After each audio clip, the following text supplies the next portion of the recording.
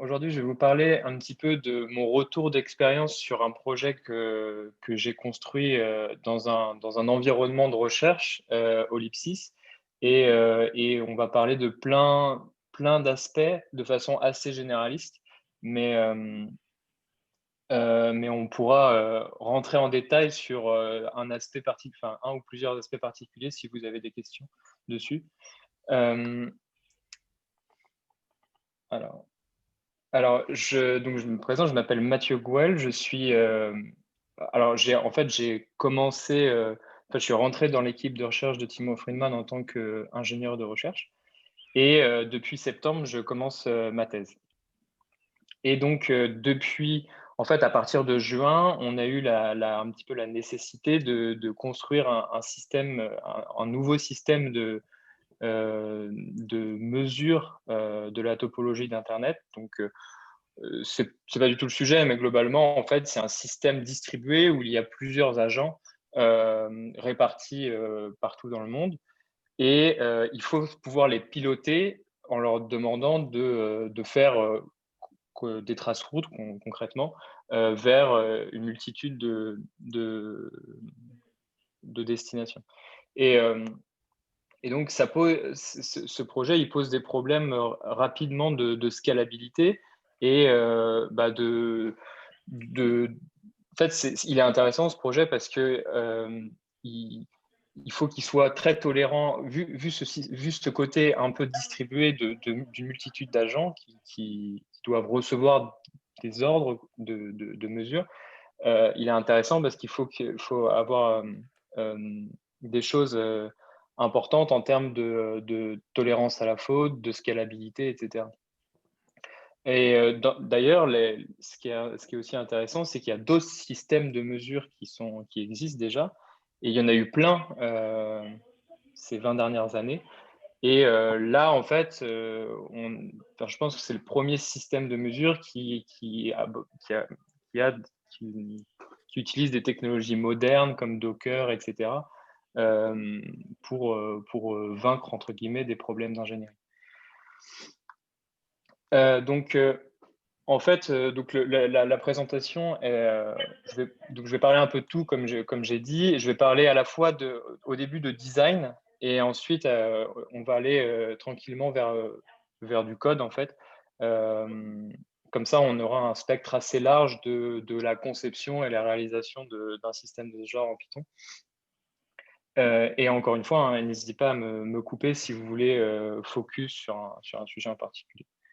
Euh, donc, là où, entre guillemets, j'ai appris le plus dans ce projet, c'est au début, en fait. C'est comment le designer. Parce que, alors moi, avant de faire de la recherche, j'étais DevOps dans le privé et dans le public d'ailleurs. Euh, et généralement, dans des entreprises, ou des organisations, il y a un architecte en fait pour designer ce genre de projet. Il y a plein de managers, etc. Il y a toute une chaîne hiérarchique qui fait que généralement, un ingénieur junior comme moi, eh ben, c'est pas lui qui prend forcément les décisions de design au level en fait. Quand je travaillais à la Société Générale, il y avait un architecte logiciel et un architecte réseau, etc. Puis il y avait des architectes de la plateforme, il y avait des architectes de partout, et il y avait plein de managers aussi. Et en fait, finalement, le développeur, même si j'étais un peu le lead développeur de l'équipe où j'étais, bah, je prenais pas beaucoup de décisions de design. Et donc, c'est un peu le premier gros projet où il faut que je design dès le début. Euh, Tout en évidemment réfléchissant aux problèmes que je vais avoir en tant que développeur après. Et donc, c'était très intéressant. Et donc, du coup, ce que j'ai fait, je ne sais pas si c'est du tout la meilleure chose à faire, mais je suis parti. En fait, au début, on a une idée de comment le système sera en finalité, mais mais si on commence tout de suite à l'implémenter, on risque fort de se retrouver au milieu du développement avec des gros problèmes de design. Et ça, c'est la pire chose quand on crée un système parce que c'est très dur à changer après, quoi. Donc, je pense, en fait, j'ai passé peut-être allez, au moins 2 semaines à faire des tests de design et de code pour sélectionner le meilleur design en conjonction avec les technologies qui vont le plus m'aider à concrétiser ce design globalement. Donc pour ça, le problème, je pense, c'est d'identifier les grosses contraintes qu'on va avoir dans le projet et en fait, un peu les points de friction qu'on risque d'avoir, ce qui est extrêmement dur hein, parce que il faut savoir les problèmes qu'on aura à l'avenir et je pense que ça, c'est quelque chose de dur à faire. Néanmoins, je suis parti un petit peu de la définition de ce qu'on voulait et j'en ai tiré un petit peu les contraintes, les points chauds que j'allais avoir. Par exemple, dans ce projet, une des choses qui me faisait peur, c'était comment rendre scalable le système. Donc, c'est-à-dire s'il y a 10 agents qui sondent, il faut que ça marche autant que s'il y en a 100, par exemple. Sachant que les agents, ils produisent beaucoup de données. Donc, ça peut être les mesures, elles peuvent prendre plusieurs centaines de gigas. Donc, ces mesures-là, il va falloir qu'ils soient rapatriées sur un serveur central, globalement, pour être mis dans une base de données. Et ça, par exemple, comment je fais, quoi? Et ça, c'est une des questions où le design va tout changer et en fait va répondre à cette question. Et une fois qu'on a une première idée, ben, je pense que c'est bien de faire des espèces de micro-prototypes pour justement ces différents points chauds qu'on va essayer de trouver en avance de phase. Par exemple, là, pour ce problème-là, j'ai testé différentes technologies et différents modèles, on va dire, en utilisant du gRPC, en utilisant du RabbitMQ, en utilisant de l'object storage, etc. Et à chaque fois, ben, je faisais comme un micro-POC du POC, en fait. Et, et donc, du coup, j'ai fait ça pour ce que j'appelle des test cases. Euh, euh, donc, ce qui me paraissait un petit peu le plus dur euh, pour le design. Et puis, je sélectionnais le bon modèle et la bonne technologie à chaque fois. Donc, pour vous donner un exemple, ça, c'est à gauche, il y a le premier design que j'ai fait. Donc, ça, en fait, ça, c'est vraiment celui un peu brut de fonderie qui, quand on a eu l'idée du projet, j'ai eu ça dans la tête assez rapidement. Euh, mais évidemment, c'est sans compter un petit peu tout ce processus de test et de réflexion sur les problèmes que j'allais avoir en développant la plateforme.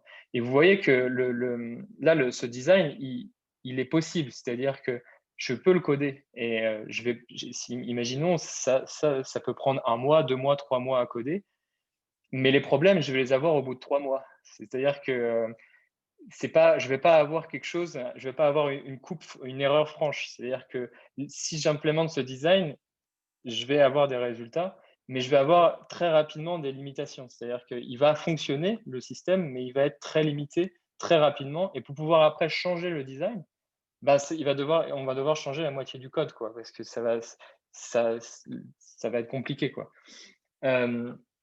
Et 2 semaines plus tard, le design que j'ai à droite, alors il paraît assez similaire, mais en fait, il y a des points qui sont, je ne vais pas forcément rentrer dans le détail, hein, mais il y a des points qui sont quand même très différents. Par exemple, on voit qu'au milieu, il y a 2 briques, une verte et une rose, où il y a là un message broker et un object storage. Et donc ça, en fait, tout simplement, c'est pour un peu répondre à la contrainte dont je vous parlais tout à l'heure, de pouvoir récupérer les données qui peuvent prendre plusieurs centaines de gigas, et aussi découpler ce que j'appelle le control plane du data plane, dans le sens où découpler un peu les ordres que le contrôleur va donner aux agents, genre fais telle mesure, avec le data plane, c'est-à-dire récupérer les données qui prennent beaucoup de place. Et là, on va dire, ces deux microsystèmes qui sont complètement indépendants, qui fonctionnent et qui ne se marchent pas dessus et qui sont tolérants à la faute, etc. Excuse-moi, j'ai une question à te poser. Ouais. En fait, alors pour moi c'est écrit un peu petit donc et puis je Ah, suis pas pardon. familier forcément avec toutes les technos Ouais. dont tu parles.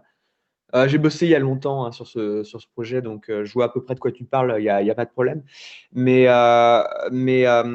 en fait, ce que je ne comprends pas trop, c'est pourquoi en fait tu dis que forcément avec le design de gauche, tu es sûr de foncer dans le mur si tu as un problème de passage à l'échelle, sachant que tu as quand même des technologies qui te permettent de faire de la scalabilité Mhm. horizontale, de mettre des proxys, de rattraper le coup a posteriori. Oui. Et du coup, je ne comprends pas en fait pourquoi tu dis que tu seras forcément coincé au bout de 3 mois avec le design de gauche. Oui. Ah bah, alors oui, c'est sûr que. Alors, en fait, je dis ça, mais je voulais pas trop rentrer dans les détails. Mais oui, c'est sûr que le choix d'un design, il condamne pas forcément un projet et on peut toujours changer et puis on peut faire, après, on peut shifter progressivement. Euh, Là, dans le design de gauche, en fait, je pense le principal problème, c'est qu'il n'y a pas, enfin, il y a, c'est un peu en fait, il n'y a pas de système intermédiaire comme à droite qui permette un petit peu de faire tampon entre les agents qui sondent et le contrôleur qui, euh, qui donne des ordres et qui analyse les résultats, on va dire. Et c'est directement le contrôleur qui parle aux agents. Bon, alors déjà, ça pose un problème parce que si les agents sont derrière un firewall, ben, c'est difficile de les atteindre. Mais sans dire ça, euh, en fait, c'est le contrôleur qui va porter toutes les connexions, etc. Et à moins du coup passer vers un design qui va être qui va ressembler à celui de droite, alors peut-être que j'ai tort, hein, peut-être que ça aurait très bien marché, mais je pense que au bout, si on multiplie le nombre d'agents, ça risque de poser problème. Alors effectivement, après, on peut mettre des proxys, on peut multiplier le nombre de workers, ce que j'appelle des workers, etc., qui portent les connexions, mais, mais, Bah, c'est mais un petit faire peu ça a posteriori, ça peut être un peu compliqué, quoi. c'est un peu là où je veux en venir. C'est-à-dire que si tu compares ton design de gauche et ton design de droite, moralement, ce qui a changé, c'est le contrôleur que tu as explosé en plein de petits workers, un message broker et un object storage. Mm. Ce qui signifie qu'en gros, tu as revu le design de ton contrôleur. Bon, tu as rajouté une brique de monitoring, ça, c'est du bonus. Mais ce que je veux dire, c'est que finalement, il est possible de passer de l'archi de gauche à l'archi de droite. Et Pendant le développement. voilà, c'est ça que je veux dire. C'est-à-dire que tu peux imaginer en première approximation partir sur le design de gauche, t'apercevoir que effectivement, tu as peut-être des problèmes de scalabilité ou autre, et te dire, bon, bah là, maintenant, je vais passer au modèle de droite, et finalement, comme ce qu'il y a autour ne change pas tant que ça. Alors, c'est vrai que, bon, je vois gRPC et HTTPS, mais je ne suis pas sûr que ce soit ça qui explique le passage à l'échelle. Je pense que c'est plus vraiment l'ajout du Redis qui joue. Mm. Mais enfin, tu vois ce que je veux dire? Ouais. Alors, oui, oui, non, c'est sûr. Bah, après, là, c'est. Alors, après, oui, oui, c'est sûr. Après, d'un point de vue pragmatique, devoir changer pendant le développement ce genre de choses fait qu'il faut changer les interfaces, donc il faut, euh, il faut faire pas mal de refactoring, quoi. Après, effectivement, il y a des façons de coder qui permettent de bien séparer les interfaces et pouvoir, on va dire, là c'est plutôt du design côté du code qui permettent de pouvoir, on va dire, changer un peu la façon dont on communique ces différentes briques assez rapidement. Mais ouais, bah, oui, c'est sûr, c'est possible. Mais je pense que un peu, enfin, ça aurait été plus Vaut mieux compliqué, ça partir aurait sur des demandé bases saines. pas C'est mal ça que de tu temps. veux dire, en tout cas. Voilà. En fait, Mm. c'est un peu le premier takeaway que je voulais dire, c'est que, enfin, c'est assez simple, c'est que si j'étais parti tête baissée sur ma première idée, au lieu de passer un petit peu de temps, qui paraît être un peu du temps mort, genre 1 ou 2 semaines, à vraiment réfléchir en avance de phase sur mon projet, bah peut-être qu'au bout d'un moment, je n'aurais pas perdu 2 semaines, mais perdu un mois. C'est ça qu'en fait que je voulais dire. Ouais, ouais, je vois ce que tu veux dire. Et donc, en gros, toi, ce que tu dis, c'est que les deux idées clés auxquelles tu as abouti, c'est multiplier le nombre de workers pour que le contrôleur passe mieux à l'échelle et rajouter un cache Redis pour éviter de solliciter trop souvent les agents, si je résume. C'est ça. Et séparer le data plane du control plane. C'est-à-dire que les données qui sont remontées des agents, ils passent pas par Redis, par exemple. Ah oui, exact, oui, oui. Oui, ça aussi, c'est effectivement la troisième différence essentielle. Ouais. Et Ok, merci. l'avantage d'utiliser Redis aussi, c'est que ça permet, comme là, je vais avoir plusieurs workers, ça permet aussi de découpler l'API des workers. C'est-à-dire que si j'ai deux mesures qui sont demandées par l'API en même temps, enfin Mhm. consécutivement, eh bien, Redis va pouvoir gérer ça et entre guillemets acheminer les messages vers un worker ou un autre et pouvoir aussi gagner en scalabilité à ce niveau-là. Ce qui était Et, finalement dans mon idée de base, là on le voit pas trop, c'est un petit peu en transparence, mais dans mon idée de base, c'est un problème aussi. juste pour clarifier, tes workers, ils font tous la même chose en Oui, parallèle, en se partageant le boulot, ou ils ont des rôles ouais. différents? D'accord. En fait, ils ont tous à peu près la même interface. Globalement, en fait, alors j'ai utilisé Dramatic. Enfin, pour ceux qui connaissent, c'est un petit peu l'équivalent de Celery, qui fonctionnait aussi potentiellement avec Redis, etc.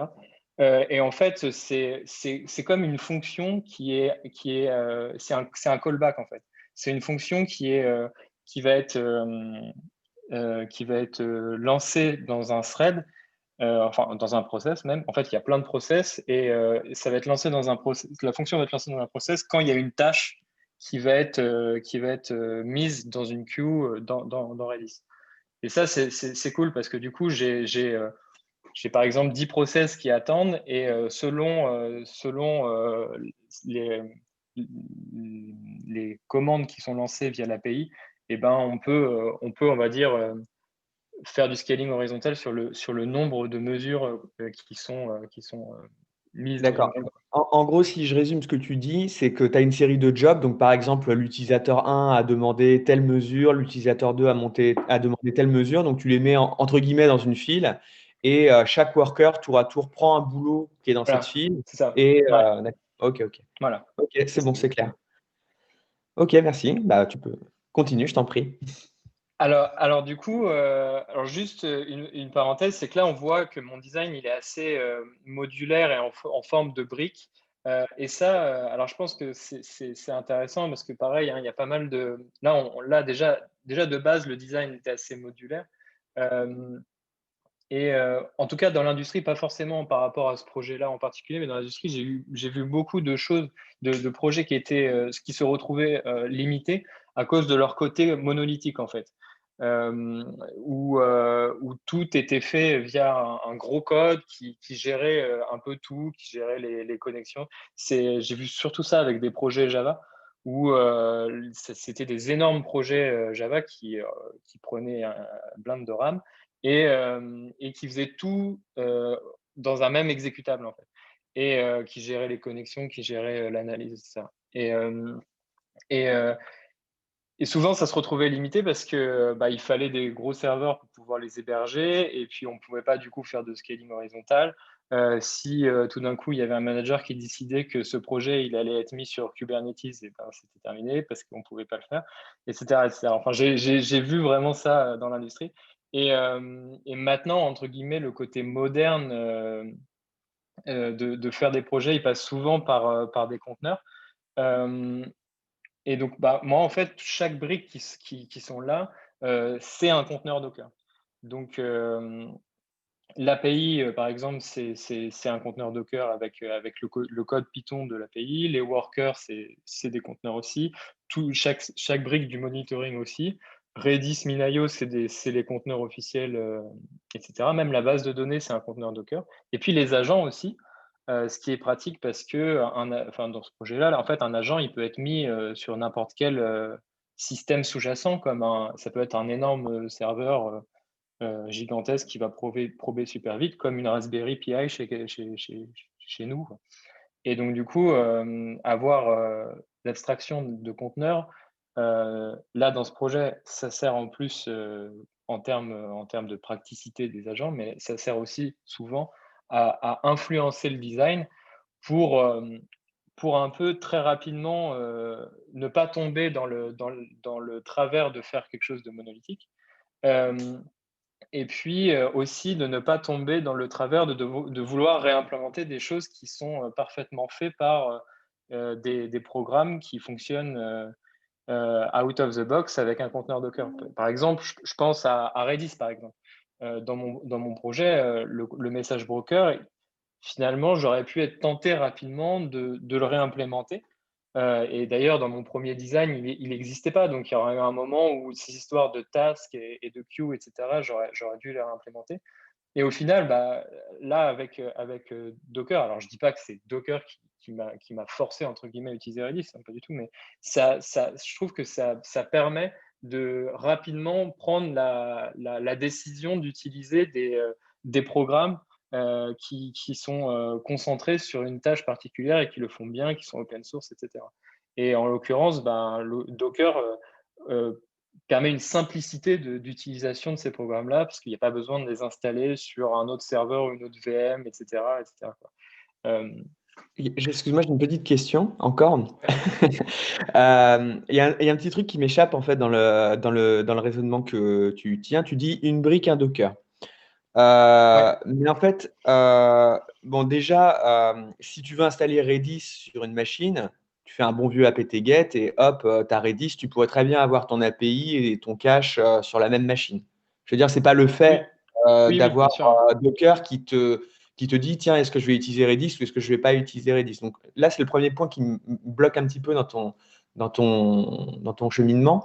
Et le deuxième point en fait qui me bloque, c'est que si ton API elle est complètement dans un Docker, il y a un moment, elle doit bien se mettre par-dessus le truc auquel elle sert d'API. Alors, je ne sais pas si c'est une base, un logiciel ou quoi que ce soit, mais du coup, ça veut dire que ce truc par-dessus lequel elle se met, bien souvent, à moins qu'il soit à distance, il est dans le même Docker lui-même. Tu vois ce que je veux dire ou pas? Bah là, en l'occurrence, enfin, il ne sera pas dans le même Docker, parce que l'API elle va s'interfacer avec les workers qui sont dans d'autres Docker et elle va le faire via Redis. Donc, en fait, l'API elle va servir d'avoir une interface HTTP et ensuite elle va, entre guillemets, transformer cette interface en soit elle va directement taper enfin, soit elle va demander au worker de faire demander via Redis au worker de faire des tâches, soit elle va potentiellement effectivement taper dans la base de données, etc., quoi. D'accord. Est-ce Et que moi, tu je peux juste vois. revenir Ouais. à ton schéma à ce moment-là? Juste pour que je vois Pardon? un truc. Ouais. Ah oui, attends. Ah oui, parce qu'en fait, je croyais que le REST et le worker dialoguaient directement. Mais toi, là, tu viens de dire qu'ils passent par le Redis, c'est ça? Ouais, c'est ça. D'accord. J'étais un peu. C'est pas ce que j'avais compris au niveau Ouais. des flèches. C'est pour ça que je comprenais Oui, non, pas. les flèches sont assez. Enfin, ouais, c'est assez mélangé. Oui, oui, on Effectivement. voit, on Après, voit pas en fait que ça circule via le Redis avec ce schéma. Mais ouais. là, je comprends mieux du coup ce que tu dis. Ok. Et après, pour le premier point, tu as absolument raison, dans le sens où, effectivement, rien n'empêche de prendre une VM ou même la même VM et de mettre Redis dessus. C'est juste que, en fait, ce que je voulais dire par cette slide, c'est que c'est tellement simple de le faire et de pouvoir ensuite. En fait, ce qui est super avec Docker, c'est que on peut tester rapidement de façon assez clean et pouvoir même changer une brique rapidement sans forcément devoir faire du système, en fait. C'est ça que je veux dire. Parce que dès que le système il va commencer à être mis en place, il va falloir monitorer chaque brique, etc. Et Docker permet, on va dire, de simplifier le côté modulaire du système. C'est un peu ça que je voulais dire. Et puis ça te permet aussi, si tu veux faire un essai, de pas forcément polluer tout ce que tu as fait par ailleurs, Ouais, ouais, j'imagine. totalement. Ouais, ouais, complètement. Ouais, ouais, ça, c'est sûr qu'on en parle pas trop, mais c'est vrai que c'est assez cool avec Docker du fait de pouvoir vraiment tester, bah, même dans la phase de design, de pouvoir tester même sur sa machine des euh, RabbitMQ, Redis, etc., ou plein d'autres choses, et produire un petit code pour faire le prototypage Et si, et toutes les technologies qui ne seront pas utilisées, finalement, ils n'ont aucune empreinte sur toi, sur ton environnement de développement. Et aussi, alors là encore, hein, on peut dire la même chose, mais je trouve que du coup, le côté Docker, je trouve il influe un peu sur le fait il influe positivement sur le fait de faire de la modularité. Il va nécessairement nous faire penser un peu plus à comment s'organisent les flux et comment, du coup, on met de la sécurité par rapport à ça. Même si, encore une fois, c'est pas forcément corrélé, mais je trouve que le fait que Docker simplifie le côté modulaire, il va de facto en découler une réflexion sur les flux et la sécurité. Voilà. Alors, bon, au niveau de l'API en elle-même, avant, moi, dans les autres projets que j'avais faits, j'ai utilisé pas mal Flask, Django, etc. Là, j'ai découvert, entre guillemets, avec ce moment de prototypage, ce moment de design, j'ai découvert Fast API, qui est un framework pour faire des API web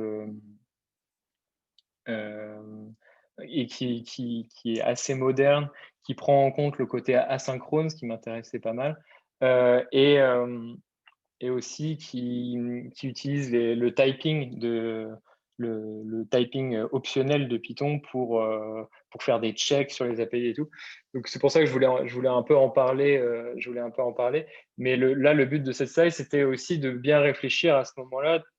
Qu'est-ce qui sera l'interface de notre système? Est-ce que finalement, ça sera. Et d'ailleurs, ça peut être les deux. Enfin, ça peut être plusieurs. On peut avoir plusieurs interfaces. Mais est-ce que ça va être plutôt côté command line, ou est-ce que ça va être un web? Est-ce que ça va être un site web qui va se reposer sur une API web ou pas, etc. Et donc, je pense que c'est aussi le bon moment ici de penser un petit peu en avance de phase sur comment les API peuvent évoluer dans le temps. Parfois, on a juste besoin d'accéder en ligne de commande, puis rapidement, on va se rendre compte qu'en fait, une API, c'est peut-être pas mal, mais donc du coup, est-ce que la ligne de commande, ça va taper une API un peu à la Kubernetes ou pas? Ou est-ce que, etc. Donc, je pense que moi, souvent, alors peut-être que c'est une erreur, mais souvent, j'ai un petit peu le réflexe de faire une API web un peu pour tout. Et après, le site web ou les lignes de commande ou n'importe quoi iront en fait faire des calls API pour. Et donc, ça va être un peu l'interface au-dessus de l'interface, quoi. Et mon interface principale sera l'API web en elle-même. Et donc là, c'est exactement ce que j'ai fait, c'est-à-dire que j'ai implémenté une API web et peut-être plus tard, on mettra un site web au-dessus de ça, etc. Alors, un point important, peut-être ça vous intéresse un peu moins, mais quand on crée un système, un petit peu ce qui est un peu laissé de côté et ce qui est, à mon avis, une des briques les plus importantes, c'est le monitoring. Parce que c'est ce qui va permettre dans la phase de développement, de revoir des bugs et de comprendre les bugs. Et ensuite, c'est une brique essentielle qui va permettre de maintenir le système pour pas qu'il meure parce qu'il n'est pas stable, etc. Et alors, en termes de monitoring, la première chose à monitorer, c'est son système en lui-même, c'est-à-dire le code avec des logs, des métriques, etc., des métriques par rapport à l'API, savoir quelles sont les connexions, le nombre de connexions, etc.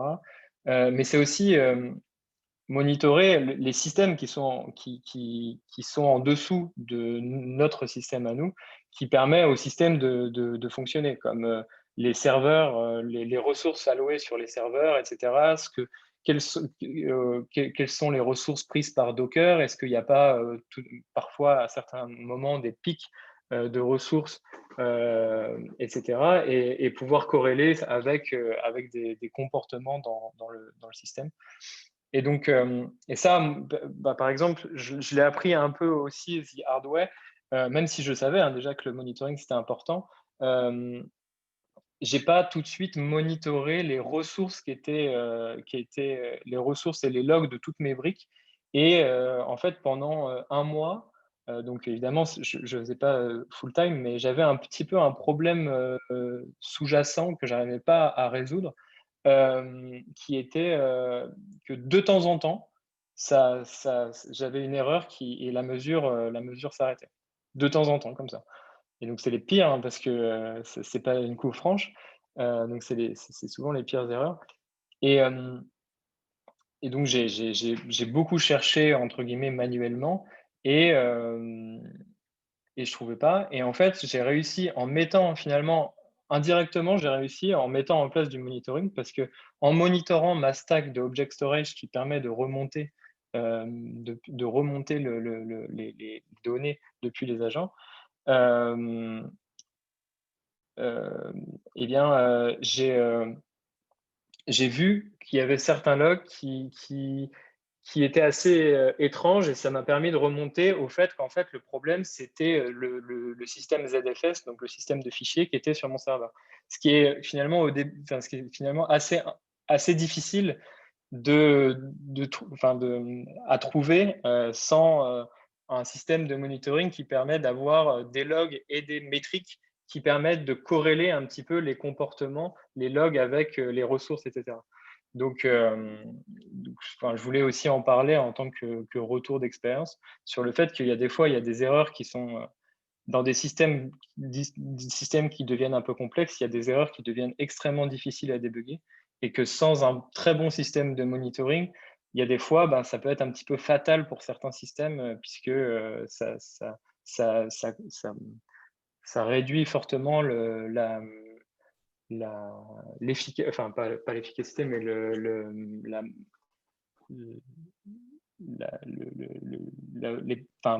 fonctionnement du système si on a la stabilité voilà, du système si on a des bugs réguliers. Il y a un truc que je comprends pas trop. Donc, tu dis Oui. que le monitoring t'a permis de trouver que le problème venait de ZFS, donc le système de fichiers sur lequel tu stockais, je suppose, tes mesures. Ouais. Euh, donc, j'imagine que tu as dû voir dans ton outil de monitoring que tu avais un gros usage disque ou quelque chose dans ce goût-là. Qu'est-ce qui t'a permis de dire, ah mais oui, bien sûr, c'est parce que j'utilise ZFS à la place, je sais pas, de XT4. Qu'est-ce qui t'a Bah, fait dire, tiens, c'est parce que c'est ZFS et pas un autre système de fichiers que j'ai le problème. alors en fait, Et une application qui est très intensive au niveau du disque. en fait, donc j'ai remarqué au bout d'un moment que j'avais ces erreurs, pas n'importe quand, mais des erreurs quand je faisais des grosses, enfin quand j'avais beaucoup enfin quand c'était assez intensif en termes en termes de demande de ressources, mais je savais pas si ça venait du réseau, du stockage, de la RAM je savais juste que ça fail quand je faisais beaucoup de calculs, etc. et que je remontais beaucoup de données. Et donc, du coup, au début, j'ai monitoré vachement les I/O du réseau parce que je me disais que c'est peut-être une histoire de corruption au niveau du réseau, etc. Et, et en fait, en monitorant le côté Object Storage, j'ai vu qu'il y avait des petites erreurs, mais effectivement, qui n'indiquaient pas clairement que c'était un problème de système de fichiers sous-jacent. Et en fait, globalement, en démêlant les messages d'erreur, j'ai pu trouver l'erreur principale. Et cette erreur principale, en fait, tout simplement, je l'ai GitHub et j'ai vu qu'il y avait une issue sur ZFS à la version précise où j'étais. L'issue, elle n'était pas avant, elle n'était pas après. Et donc, du coup, j'ai réussi, enfin, j'ai mis à jour ZFS et j'ai plus jamais eu ce bug. Mais effectivement, c'est un petit peu tout le problème d'avoir, comme le système devient complexe, il faut beaucoup de logs pour en tirer un petit peu les informations qui vont permettre après rapidement de démêler ce qui va pas, quoi. Mais sans un bon système de monitoring, en fait, on n'a pas la possibilité on n'a pas cette première étape de récupération des données pour pouvoir ensuite les analyser. Alors, juste une question, parce que donc là, tu parles, de log et donc plus, vraiment de, mesures de KPI, genre, usage du disque, et en particulier de log, liés au système de fichiers. Ça, typiquement, j'imagine que, normalement, cette erreur était remontée dans ton logger système, genre dans ton R6 log ou ce genre de choses. Ce qui laisserait supposer que probablement, même si tu n'avais pas utilisé du Docker, même si tu n'avais pas utilisé un certain nombre de Oui. choses, tu aurais quand même pu voir cette erreur. On est d'accord? Oui, alors si j'avais pas utilisé du Docker et donc du coup j'avais eu un R6 log, etc. Oui, oui, j'aurais pu. Mais c'est tout. En fait, enfin, les logs, ils seraient arrivés quelque part. Après, en fait, la question, c'est plutôt de savoir comment j'aurais pu le corréler. Par exemple, de savoir. Enfin, ça aurait été possible, mais ça aurait été encore plus dur parce il aurait fallu un petit peu manuellement que je corrèle les pics de performance avec les erreurs précises. En clair, avec Mmh. le monitoring, ça permet facilement de pouvoir faire des corrélations, en fait. D'accord. Et donc, du coup, de pouvoir passer d'un comportement qui est normal, c'est-à-dire j'ai des pics, des montées en charge de temps en temps dans mon système parce qu'il y a beaucoup de données qui arrivent, etc. Mais c'est normal.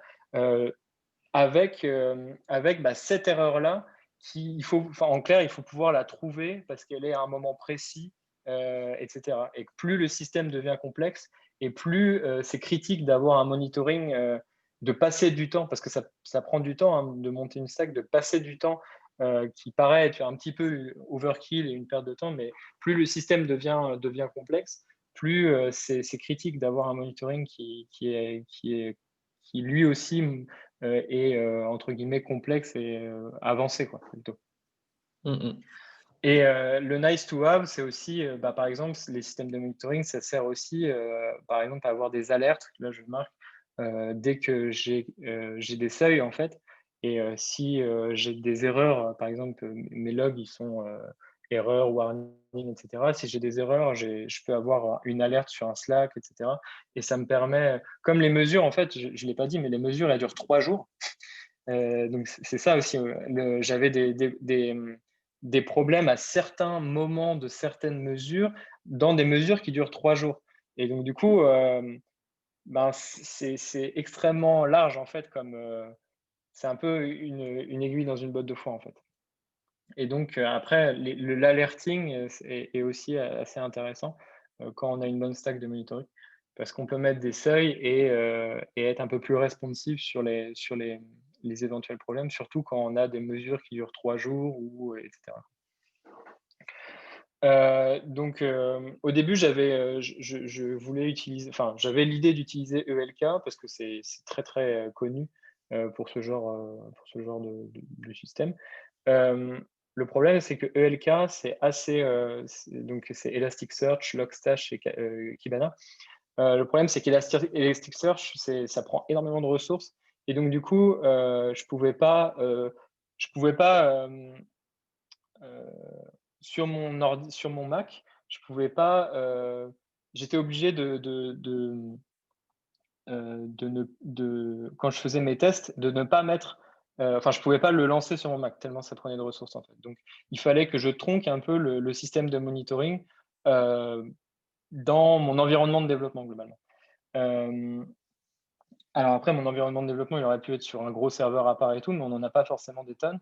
Et c'était important pour moi d'avoir mon système de monitoring aussi dans mon environnement de développement pour pouvoir rapidement débugger, etc., pour accélérer le temps de développement, entre guillemets. Et, euh, et donc ça et d'autres petites choses a fait que je me suis tourné plutôt vers une autre stack qui est donc Grafana pour la visualisation et Prometheus pour la récupération des métriques. Et pour les logs, j'ai utilisé un programme qui s'appelle Loki, qui est fait par la même entreprise que Grafana et c'est la même interface que Prometheus, mais pour les logs. Et en fait, alors ça, j'en parle parce que c'est enfin, c'est assez nouveau en fait comme programme. Euh, mais, mais ça marche bien. Donc, c'est aussi une petite retour d'expérience pour, pour ceux à qui ça peut intéresser. Et enfin, le côté sécurité. Donc, au niveau, en fait, il y a pas mal de briques qui sont qui sont finalement hébergées sur le même serveur. Et donc ça me permet d'utiliser un reverse proxy pour simplifier le SSL, le TLS termination, etc., la gestion des certificats, pour que en fait, toutes les briques extérieures et le contrôleur puissent communiquer de façon chiffrée, etc. Et donc, j'ai utilisé Trafic pour ça, qui est d'ailleurs écrit en Go et qui est très, très, très pratique. Et en plus, c'est lui qui fait, qui remet, qui update les certificats Let's Encrypt, etc., automatiquement, et qui fait le SSL termination. Donc, c'est vraiment pratique, Trafic, j'ai trouvé. Si je peux me Et permettre une interruption ouais, d'ailleurs, le problème m'intéresse, actuellement, enfin voilà, mais c'est beaucoup plus, low level, je dois faire de la répartition et j'ai vu des tutos en Nginx. ouais, Est-ce que tu recommandes ça ou est-ce que tu trouves que moi je veux du simple et le but c'est de dispatcher sur, plusieurs ports, en interne pour, ouais. Bah, alors, Trafic, enfin, en fait, j'ai pas, j'ai jamais utilisé Nginx, moi. d'accord. Mais je sais que c'est utilisé. Je pense pas que ce soit très difficile. En fait, le use case que tu décris, je pense qu'il sera assez simple en utilisant Nginx ou Trafic ou même autre chose.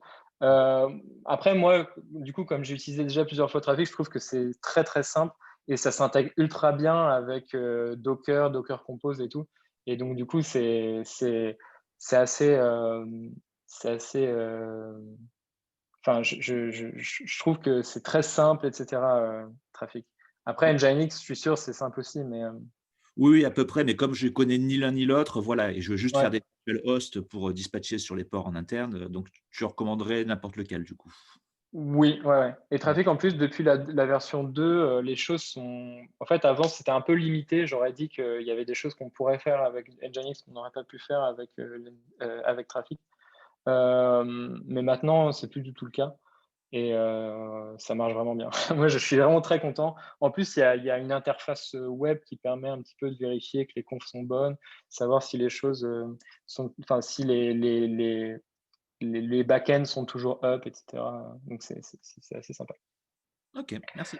Et puis, bah, alors, après, bon, alors, j'ai mis des choses, mais qui n'ont pas forcément grand-chose à voir entre eux, mais ben, évidemment, du coup, il faut pouvoir s'authentifier à mon API. Donc, du coup, j'utilise ma base de données pour enregistrer mes utilisateurs, etc. Donc, évidemment, il y avait le classique de ne pas se faire avoir à mettre les passwords en clear text dans ma base de données. Et là, pareil, hein, il y a pas mal de. Enfin, j'utilisais Bcrypt comme système de hashing. Et, enfin, comme algorithme de hashing. Et en Python, c'est assez facile d'implémenter, enfin d'utiliser ce genre de choses. Et J'ai quelques puis, questions, ouais, si je ouais, il y a deux trois trucs qui m'intriguent un petit peu. C'est quand tu as dit: «J'utilise Trafic pour renouveler les certificats Let's Encrypt», mais pour autant que je sache, normalement, Let's Encrypt, il se démerde tout seul, normalement, pour renouveler ses certificats. Tu as un petit démon, qui s'occupe de le faire? ouais.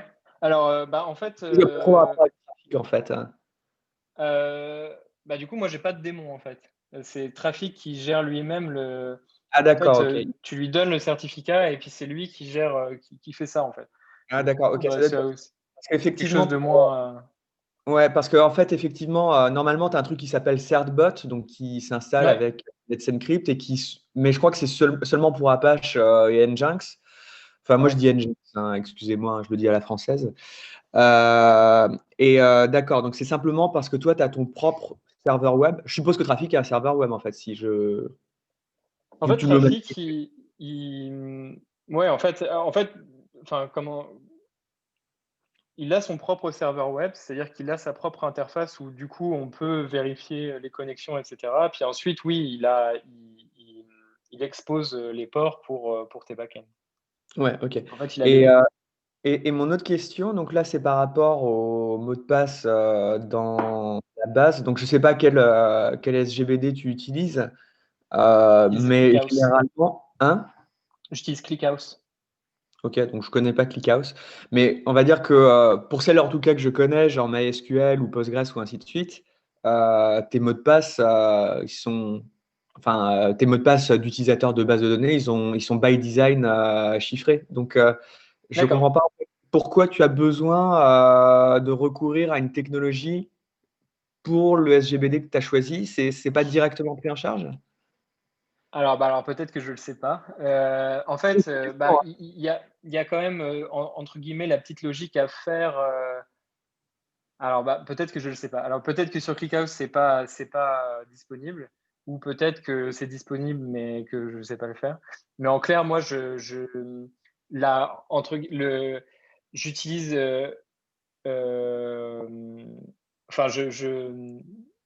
Enfin, pour hacher le mot de passe, à l'insertion, en fait, je vais pas le faire directement en base. Je ne sais pas si c'est possible, et donc du coup, je l'insère après l'avoir haché en Python, quoi. Ouais, bah, c'est ce que fait typiquement. Alors, excuse-moi, hein, moi je suis un vieux de la vieille, hein, donc Postgres et, Postgres et Ouais, ouais, bien MySQL. sûr. Mais typiquement, oui, c'est ce que ferait ces SGBD. C'est-à-dire qu'en fait, D'accord, la ok. code est déclarée de type, on va dire, password en quelque sorte. Mhm. En fait, c'est carrément même une table qui est dédiée dans les deux cas. Et en fait, le jour où tu as carrément même des commandes SQL au niveau du SGBD qui sont prévues justement pour définir un mot de passe Ah ouais, et il s'occupe de le hacher tout seul comme un grand, quoi. d'accord. Alors ça, je savais pas du tout. Je savais pas du tout. En fait, moi, Je le dis j'utilise ClickHouse il y a parce que. du coup Pardon? dans ton cas, mais l'essentiel, c'est que ça marche, hein, et que ce soit Oui, oui, bien secure. sûr. Ouais. Après, pour la petite histoire, j'utilise ClickHouse parce que c'est une base de données. Alors, c'est Yandex qui a fait ça. Et c'est une base de données qui est très, très performante pour lire et pour insérer, mais qui n'est pas du tout performante pour modifier ou supprimer. Mais moi, je m'en fiche en fait parce que toutes mes données, je les insère. Je veux les insérer rapidement parce que j'en ai beaucoup, je veux les insérer rapidement, et je les lis après pour pouvoir les analyser et pouvoir après faire des calculs, etc. Et donc du coup, ClickHouse, ça me permet d'être ultra performant parce que c'est très très performant à la lecture et à l'insertion. Quand tu dis Yandex, tu parles du moteur de recherche russe? Oui, c'est ça, ouais. Ouais, OK. Et du coup, il y a un truc qui me surprend, c'est que si tu dis que, cette base, elle est rapide à l'insertion et à la récupération, mais pas à la suppression, c'est un peu bizarre dans leur use case parce que, si toi, effectivement, tu enquilles au fil du temps des mesures et en fait, tu as jamais vraiment trop à en supprimer, je comprends la logique du choix. Mais dans leur cas, je comprends moins parce que, enfin, peut-être qu'il y a pas tant de Ah, sites pour que le ça URL. qui passent, mais Ah j'en oui. sais rien. Alors là, je sais pas du tout. Non, mais ça Peut-être qu'ils suppriment jamais les données et tout Je historiser, etc. Je sais pas trop. Mais eux, ils avaient ce besoin-là apparemment parce qu'ils ont fait ClickHouse. ne sais OK, pas OK. si. Est-ce que, En est-ce que vous fait, en m'entendez? fait, pour être. Est-ce que vous Ouais. m'entendez? C'est Maxime? Oui. Ouais. Ok. Désolé, j'ai pas pu m'introduire au début, je suis arrivé un peu tard. Mais ce que je voulais dire par rapport à ClickHouse, en fait, ça s'appelle ClickHouse parce qu'à la base, c'est une base de données faite pour l'analytique des clics, un peu c'est fait pour Yandex Metrica, Ah, pas leur moteur de recherche, mais leur ah équivalent oui, de Google d'accord. Analytics, où en fait Mmh. ils stockent plein de clics de gens sur les sites web Ah et oui, c'est pas vraiment un use case de moteur de recherche en fait. C'est pour ça que c'est une d'accord. base de données orientée colonne et qui n'est pas du tout optimisée pour le relationnel, quoi, ni les joins, etc. Donc OK, voilà, OK. je pense que Ça c'est pour ça. explique. Ça explique. Merci. Ah oui, bien sûr. Bah oui, j'ai fait le lien. Voilà, voilà. Et donc, dans notre use case à nous, c'est ultra, ultra bien. Mais c'est un peu moins connu, je sais pas. Enfin, moi, je connaissais pas avant de venir dans l'équipe. Euh, bon, voilà. Donc là, c'était un peu pour la partie, on va dire, high level, côté design, etc. La deuxième partie, c'est plutôt du coup après l'implémentation du système, une fois qu'on a fait entre guillemets cet effort de design. Alors là, j'ai mis plein de choses un peu pêle-mêle. Donc, c'est plutôt pour inviter à potentiellement discuter de telle ou telle chose. Euh, dans- mais après, il y a peut-être vous savez peut-être tout par rapport à ça, donc on va voir.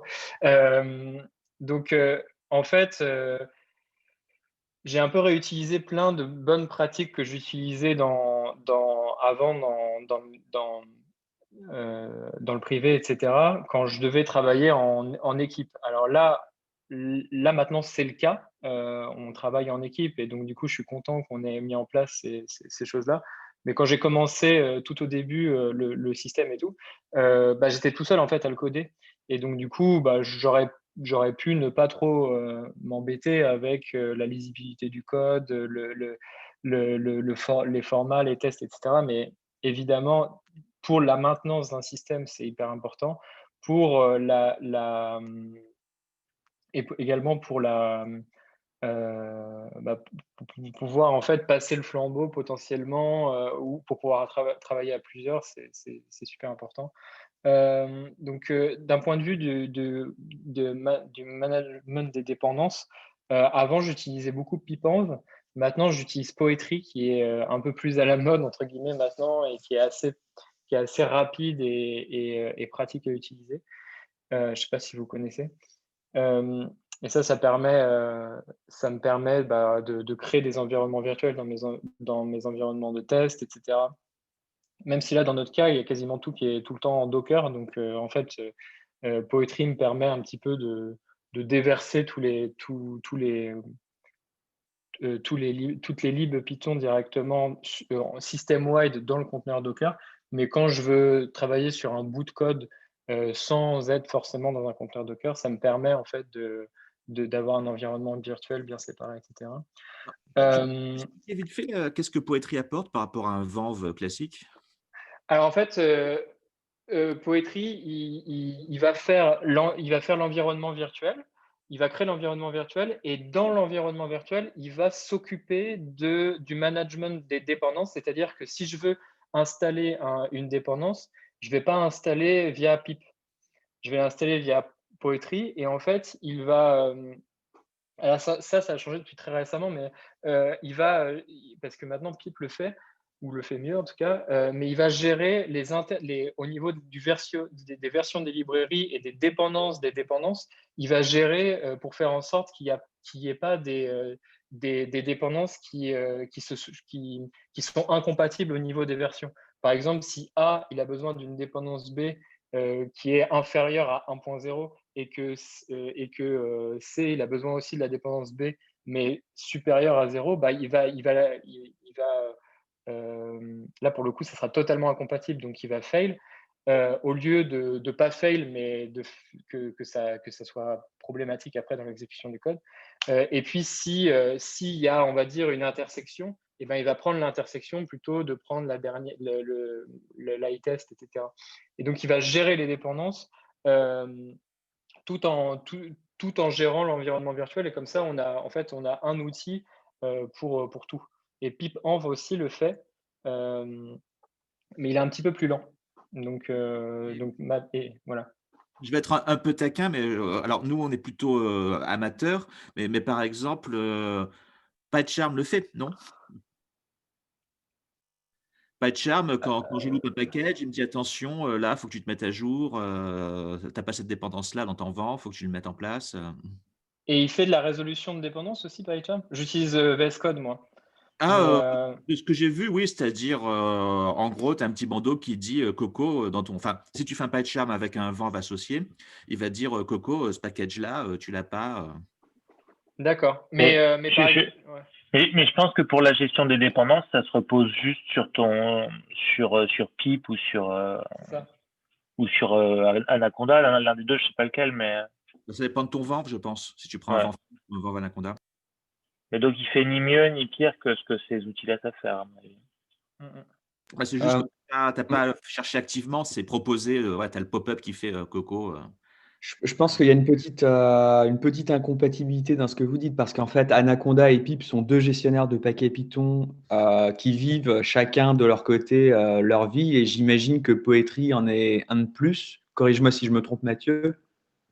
Oui, c'est ça. En fait, Et oui. du coup, chacun vit un petit peu sa vie comme il veut. Et ensuite, Python, selon son 6 points pass, va prendre l'un ou l'autre en priorité. Enfin, ça dépend déjà en plus de quel interpréteur Python tu vas lancer, si c'est celui d'Anaconda ou autre. Ouais. Et donc, En fait, du coup, s'il y a des blagues et que tu commences à mixer les gestionnaires de paquets, il est possible d'ailleurs qu'il y ait des trucs que tu vois pas. Mais bon, j'imagine que toi, en gros, tu dis que tu fais tout en poétrie du coup. ouais, c'est ça. Et en plus, alors moi j'utilise VS Code et VS Code, il peut utiliser Poetry en tant que manager en fait. Tout comme Pipenv d'ailleurs. Et ça me permet finalement, en fait, quand je vais arriver sur un projet, il va automatiquement sélectionner le bon interpréteur qui est dans mon environnement virtuel et si j'installe, etc. Enfin, Hmm, c'est bien intégré. ok. Après, je sais que Pip, depuis pas longtemps, depuis la 20.2.3 ou quelque chose comme ça, ou la 20, enfin, c'est à peu près ça, il gère beaucoup, il y a eu un gros refactoring de Pip et il gère beaucoup mieux les dépendances et les incompatibilités, etc. Euh, mais ça me permet à la fois quand même de gérer le vent.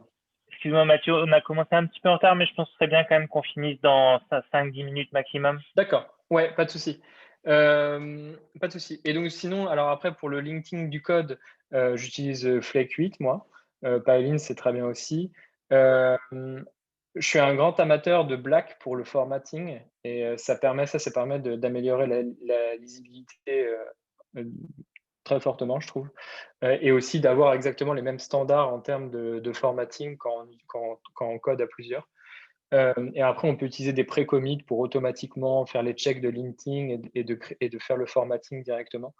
Donc ça, c'est super bien pour avoir un code qui est tout le temps propre sans se prendre la tête. Et puis pour les tests, je pense que vous en avez déjà parlé, donc je ne vais peut-être pas rentrer dans les détails, mais bon, moi j'utilise PyTest et, euh, tester le plus tôt est toujours le mieux. On parle même de TDD pour tester. En clair, tester avant même de faire la feature, c'est possible aussi, mais c'est pas forcément toujours pratique ou réaliste. Mais tester le plus tôt, c'est toujours bien. Après, l'avant-dernière, au niveau de la sécurité du code, je l'ai mis, mais je l'utilise pas, mais j'utilisais quand j'étais à la Société Générale. Il y a quelque chose qui s'appelle Bandit, qui permet de faire de l'audit automatique de code pour savoir s'il y a des problèmes de sécurité. J'utilise pas, et c'est un petit peu pénible parfois parce que c'est un peu une base de données entre guillemets de signatures de choses qu'il faut pas faire ou de libs qui ont des problèmes de sécurité. Mais voilà, ça peut toujours servir. Et puis il y a la documentation. Alors la documentation, on va en reparler après, mais c'est pareil, c'est dans le cadre d'un système, c'est vraiment important parce que il va y avoir plusieurs types de documentation selon si la documentation pour les développeurs, la documentation pour les utilisateurs potentiellement techniques, peut-être une documentation aussi pour les utilisateurs qui ne sont pas techniques et qui utilisent le service de façon classique, etc. Mais on va y revenir juste après. Pour les tests, alors vous connaissez sûrement la pyramide de tests. Le seul truc que j'ai à dire par rapport aux tests, peut-être, c'est que quand j'étais à la Société Générale, ils étaient très, très, très carrés au niveau des tests, mais c'était presque pire que mieux parce qu'ils nous demandaient d'avoir 80% de test coverage tout le temps et, d'implémenter des tests d'intégration et des tests end-to-end. Et en vrai, je pense qu'avec les tests, je ne sais pas si on pourra en parler, mais je pense qu'il ne faut pas trop non plus se mettre des choses en mode c'est la Bible, il faut le respecter forcément, sinon c'est horrible. Parce que je pense qu'il faut être assez, entre guillemets, intelligent avec les tests, tester ce qui est important. C'est pas grave si on n'a pas un test coverage de plus supérieur à 80% tout le temps. Je pense que, parce qu'en fait, la dérive, c'est après de faire des tests pour faire des tests et juste pour avoir un test coverage. Et en fait, les tests, ils servent à rien à part casser à chaque fois qu'on change une ligne, mais pas casser pour les bonnes raisons, quoi. Donc, je pense que c'est un long débat. C'est pour ça que je vais peut-être pas passer trop de temps. Mais moi, je suis plutôt d'avis d'être flexible au niveau des tests, sans être fainéant, hein, entre guillemets, mais je pense flexible, c'est intéressant et pas être trop, on va dire, procédurier, quoi. Je suis Oui, d'accord avec toi. Ok. Mais quand je dis ça, je disais ça à la Société Générale et on me prenait pour un fou. Mais Non, mais pourtant, c'est juste eux qui sont des nazis, c'est tout. ouais. Et pourtant, j'ai même codé un logiciel pour faire des tests end-to-end sur des API qu'ils utilisent encore 2 ans après. Mais ils n'étaient pas d'accord avec mon test. Mais bon. Et la documentation, je disais, bah voilà, la documentation, elle est à plein de niveaux. Elle est dans le code, dans des commentaires potentiellement pour les développeurs. Les tests, ça fait partie un petit peu d'une documentation parce que ça décrit l'interface d'une fonction, d'une classe, etc. Après, quand on fait des libs, je ne l'ai pas dit, mais moi, toutes les briques, ils utilisent, où je code réellement, où j'ai du code à moi, dans Iris, dans le système, là, ils utilisent la même librairie, en fait. Et donc, c'est la librairie, elle s'appelle Iris. Et en fait, toutes les choses communes, en fait, finalement, les interfaces avec Redis ou des choses comme ça, ils vont toujours utiliser le même code. Et donc, toute cette librairie un peu commune, finalement, bah, il suffit d'avoir une documentation et ensuite, bah, c'est vraiment beaucoup plus pratique. Euh, Ensuite, il y a potentiellement la documentation des API dans le cadre d'une web interface. Ce qui est pratique avec les nouveaux frameworks web, c'est que souvent, ils intègrent une documentation Swagger automatique. Donc, ça permet de ne pas trop se prendre la tête. Ça, cette API le fait en tout cas. Et puis, bah, après, il y a potentiellement la documentation classique avec des mots qui décrit le système, etc., qui sert peut-être pour plus les utilisateurs end user qui sont pas techniques. Ça, c'est juste pour dire que potentiellement, une documentation, il n'y en a pas qu'une, il y en a plusieurs qui s'adressent à différentes personnes et qui ne va pas être écrit pareil.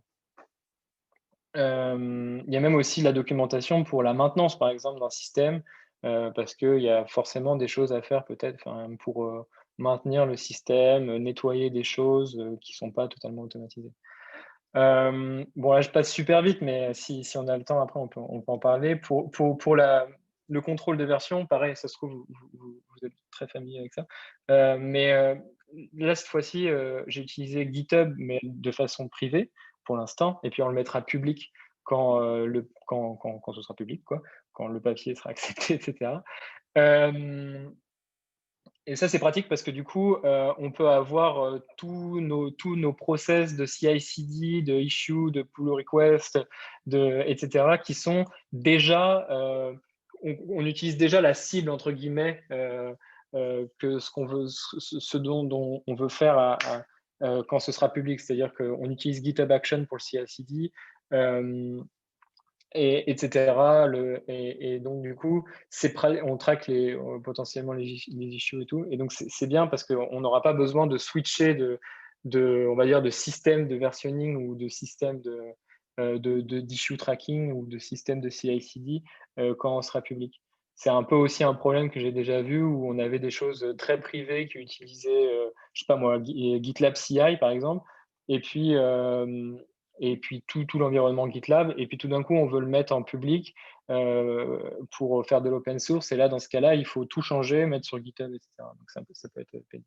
Le branching model est important quand on travaille à plusieurs. Il y a plein de bonnes pratiques par rapport au branching model aussi. Et puis, bah, les tags et les versions sont importantes aussi parce que bah, dans un système, faut savoir un petit peu, notamment par exemple, on a plein d'agents, mais il faut savoir dans quelle version utilise tel agent, quelle version du code utilise tel agent, etc. Et ça peut être fait facilement et assez automatiquement avec des git tags, etc. Et ensuite, les versions, justement, peuvent déclencher du CI/CD. Donc, le CI, le Continuous Integration, je l'utilise pour faire les vérifications sur le code, le linting, le formatting, etc.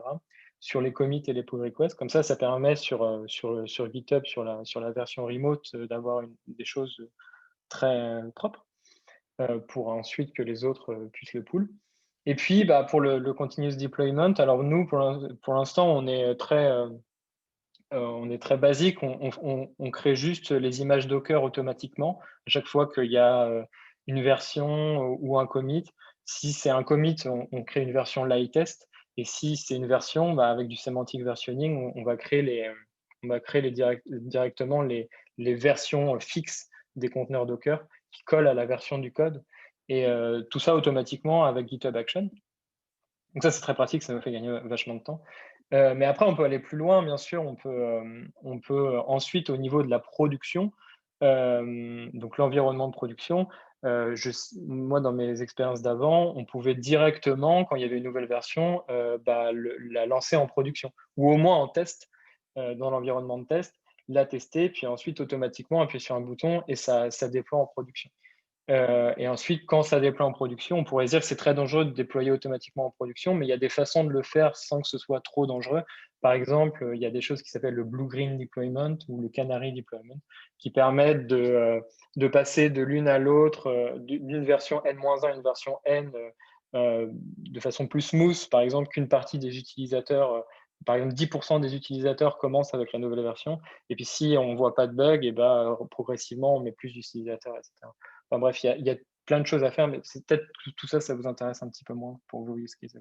Et puis, pour faire du CI/CD, là, on utilise GitHub Action, mais j'ai utilisé GitLab CI/CD, c'est très bien. J'ai utilisé Travis CI, c'est pas mal aussi.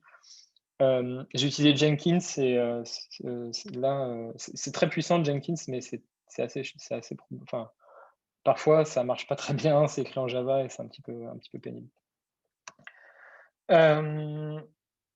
Alors, je n'ai pas parlé de tolérance à la faute. Je ne sais pas vraiment où on en est au niveau du temps. N'hésitez pas à me couper. Juste pour ça, j'ai découvert un package qui s'appelle Tenacity qui permet de faire de… Excuse-moi. Idéalement, il faudrait terminer dans moins d'1 minute. D'accord. Ok, ça marche.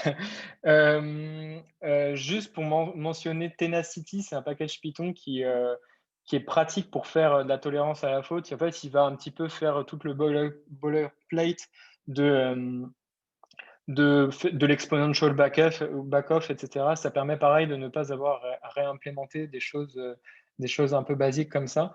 Et au début, je l'avais réimplémenté normal. Et puis, en fait, je me suis rendu compte plus tard qu'il y avait un package qui faisait tout très bien avec des décorateurs.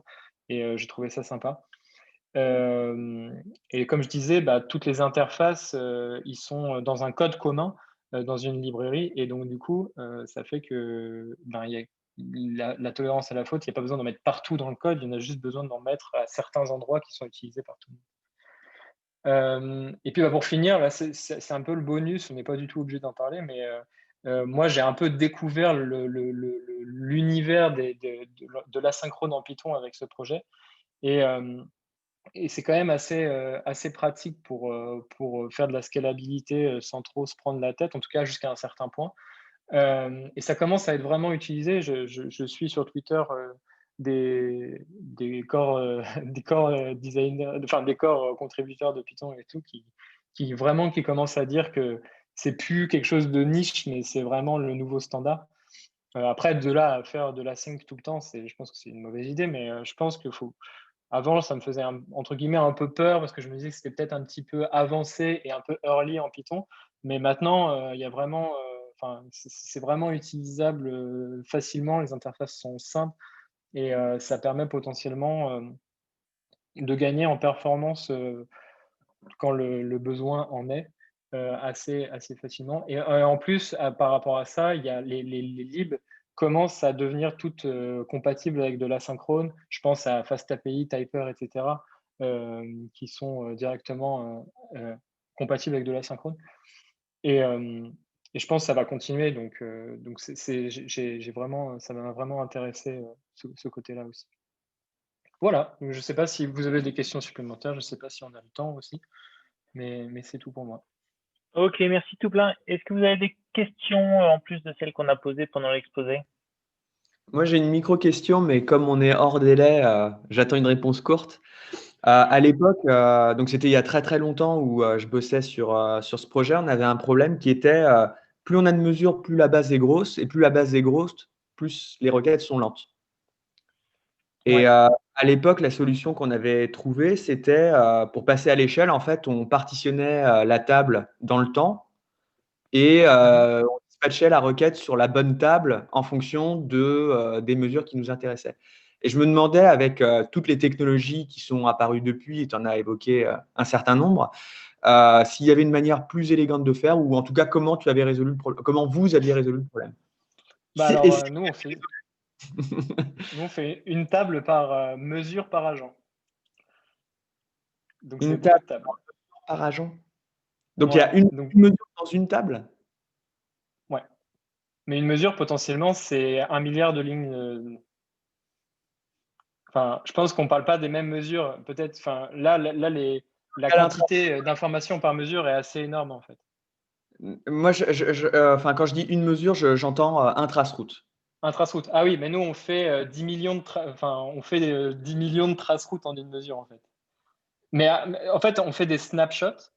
Donc, un snapshot, ça va être, par exemple, 10 millions de trace-routes.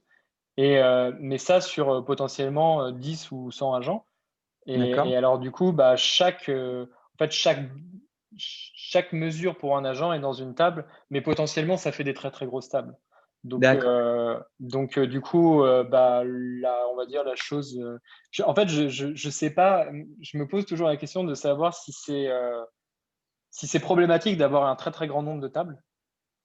Mhm. Pour l'instant, j'ai pas du tout de limitation par rapport à ça, mais c'est vrai que c'est une question que je me pose.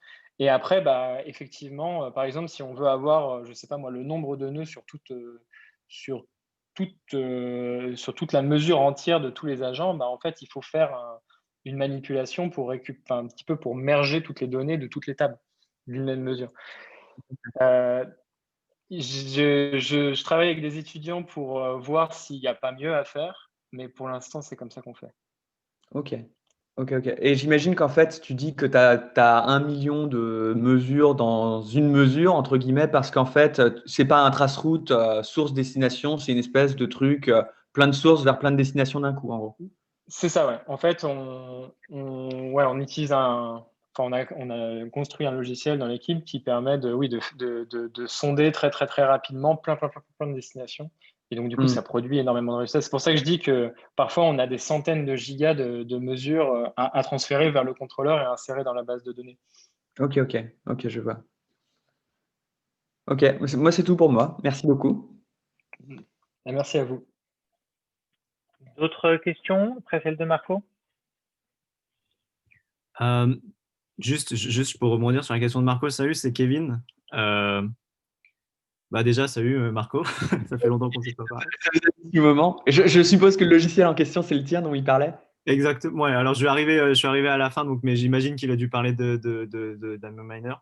Bah, tellement non. Pas tellement, Parce non. que c'était ignoré. pas trop.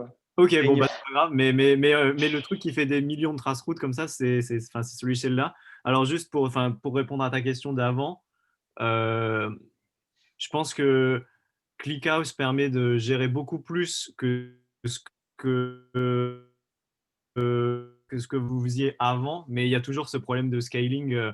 Moi, quand j'ai fait mes analyses, quand la table commence à faire vraiment beaucoup de lignes, genre des dizaines de milliards de lignes, bah, la complexité de la requête, elle scale avec la table, quoi. Donc, je pense que ça reste quand même un problème, Ouais. problème assez ouvert, plus tard. Ouais. Donc, voilà.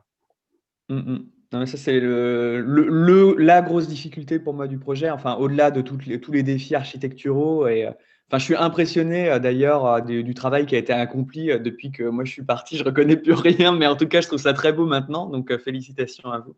Et j'ai appris plein de choses pendant cette présentation. Il y a plein de technos dont j'avais jamais entendu parler. Donc, c'était très intéressant. Merci beaucoup.